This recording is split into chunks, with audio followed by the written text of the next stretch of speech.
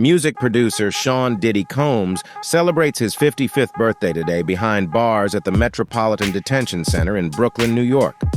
But will this year's birthday be as lavish as previous ones?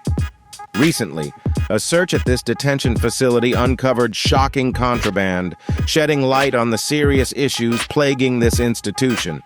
Just how bad are the conditions at this notorious prison? Leave a comment with the number 1 and join us now as we delve deeper into the alarming realities of one of America's most infamous detention centers, home to not only dangerous criminals, but also high-profile figures like Diddy.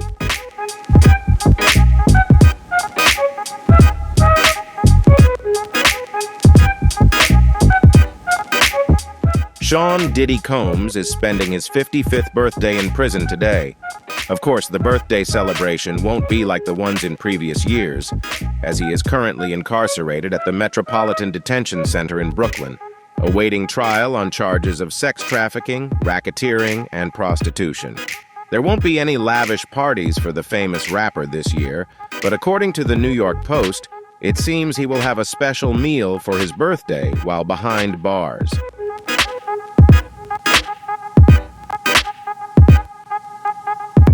The breakfast reportedly includes biscuits with sausage gravy, roasted potatoes, bread, and oatmeal.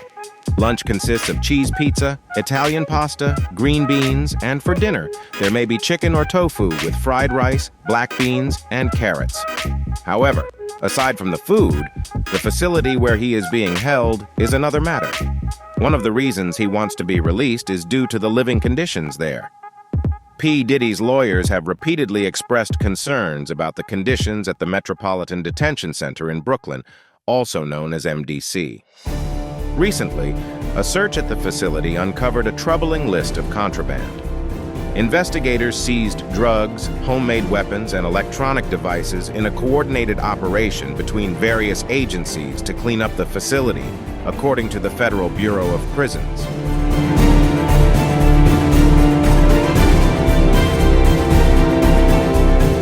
To be clear, while there have been no criminal charges filed as of now in relation to these items, the discovery of such a large amount of contraband is concerning.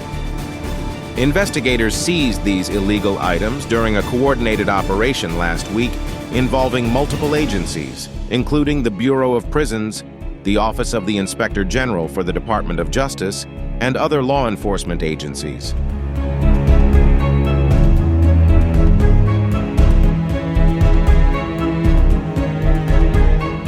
Despite its history of alarming incidents behind its walls, the Bureau of Prisons has stated that this operation is part of an ongoing initiative to ensure safety and security. They emphasized that the operation had been planned in advance, not as a response to any specific threat or intelligence, and it was not related to Sean Combs in any way. However, given that he is currently incarcerated there, it's understandable that the facility has drawn significant attention. In a statement to CBS News, the Federal Bureau of Prisons explained that the operation was designed to achieve our overarching goal of maintaining a safe environment for both staff and inmates at MDC Brooklyn.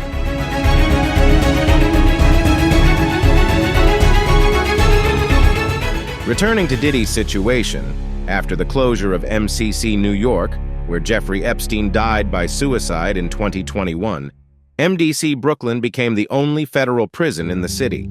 However, according to Diddy's legal team and even some federal prosecutors, the facility is notorious for its dangerous conditions, deterioration, and overall poor state. Diddy's lawyers have repeatedly attempted to have him granted bail, and in addition to the legal arguments for his release prior to trial, they have highlighted the facility's dire conditions, widespread violence, and the numerous deaths that have occurred there.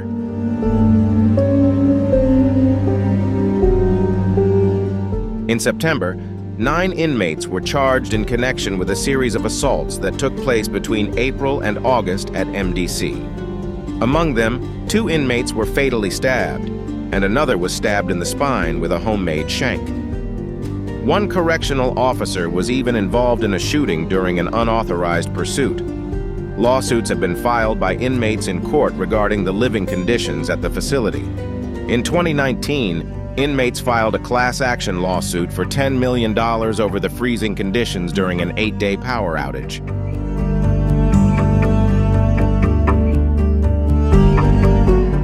R. Kelly subsequently filed a lawsuit against the prison for being placed under wrongful suicide watch after his sentencing in 2022.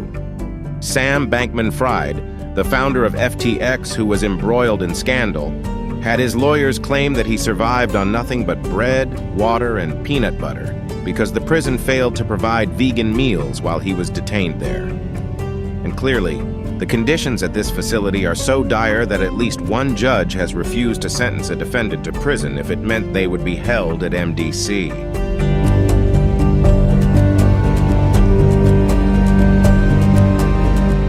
According to the Federal Bureau of Prisons, this facility houses over 1,000 inmates of both genders, and despite the deplorable conditions at MDC, it has a history of housing some high-profile prisoners.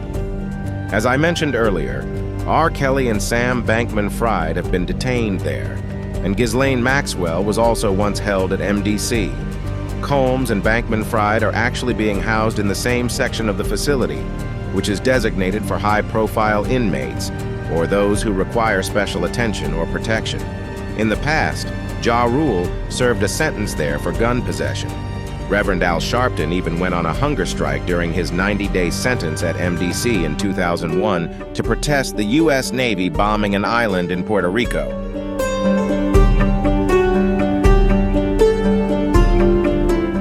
As for Sean Combs returning to his case, he has been denied bail multiple times by various judges. It seems that he has continued to appeal for bail with the Second Circuit Court of Appeals, but that request has been postponed. It appears the delay is because the current judge handling his case, Judge Aaron Subramanian, wants to make the final decision on his bail before the matter is taken up by the appellate court. If Judge Subramanian denies the request, Combs' legal team may then pursue another appeal to the Second Circuit Court. During his hearing last month on charges of sex trafficking, racketeering, and transportation for the purpose of prostitution, prosecutors argued that Combs should remain detained at MDC until his trial.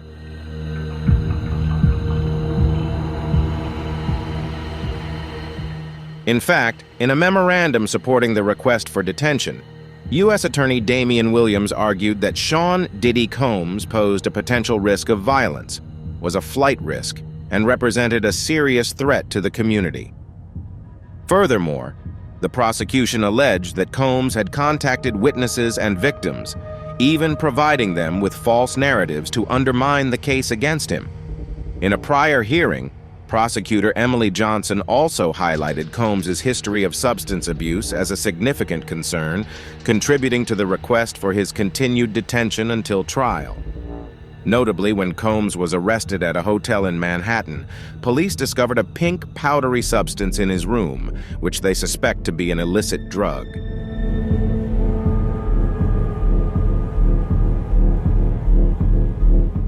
In addition, prosecutors have argued that Combs' actions go beyond personal misconduct and may be linked to an organized criminal enterprise that he allegedly built.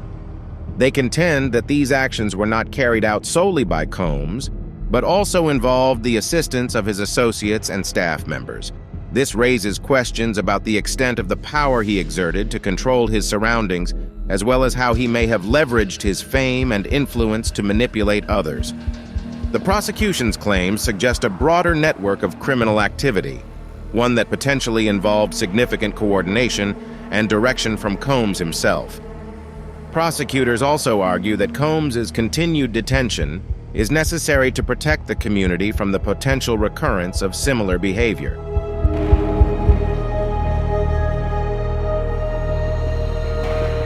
The discovery of illicit substances in his hotel room is only a small part of the broader evidence they claim demonstrates the level of danger and irresponsibility associated with Combs' actions.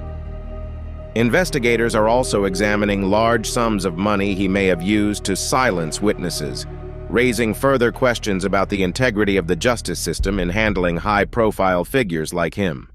These allegations paint a picture of someone using their power and influence not only to evade accountability, but also to manipulate the course of justice, which has only increased concerns about his ability to continue engaging in criminal activity if released.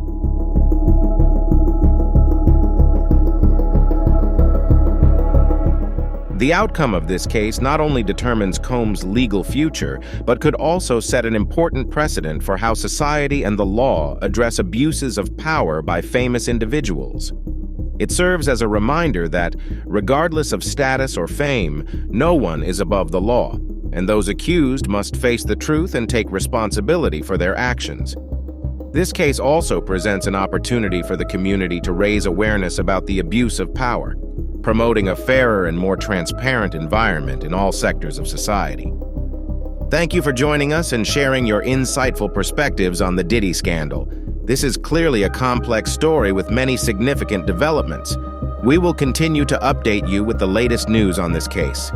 If you found this content interesting and useful, don't forget to like and subscribe to our channel.